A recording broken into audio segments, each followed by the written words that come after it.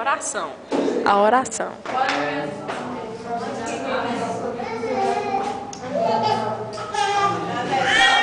Ei, é pra orar por ela, se foi ela não tinha. Rabi, ora. Ora, Lourinha. Levanta as suas mãos sobre ela. E vamos receber, Senhor, agora para a vida da Jaqueline e da Renata. Espírito Santo de Deus, nós estamos aqui, Senhor, mais uma vez. Nós queremos te apresentar, Deus, a vida da Renata e da Jaqueline, Senhor.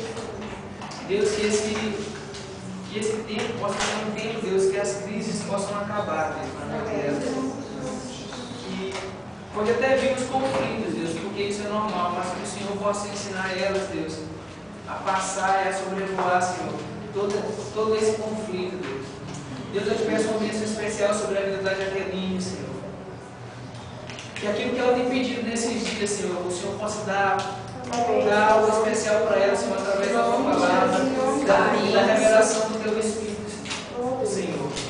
Oh Deus, sobre a vida da Renata, Senhor, libera, Senhor, sabedoria para ela, Senhor, até para ela também poder criar, Senhor, a filhinha dela, Deus. Deus, no nome de Jesus, Senhor, que o Senhor possa ser o presente dela, Senhor.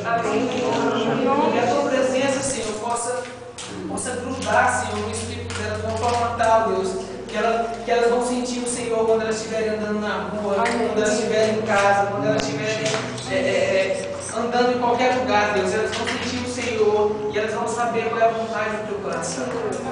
Deus, no nome de Jesus, libera autoridade sobre a vida delas, Senhor. Autoridade, Senhor, e caráter, Deus. No nome de Jesus. Amém. Amém. Aleluia.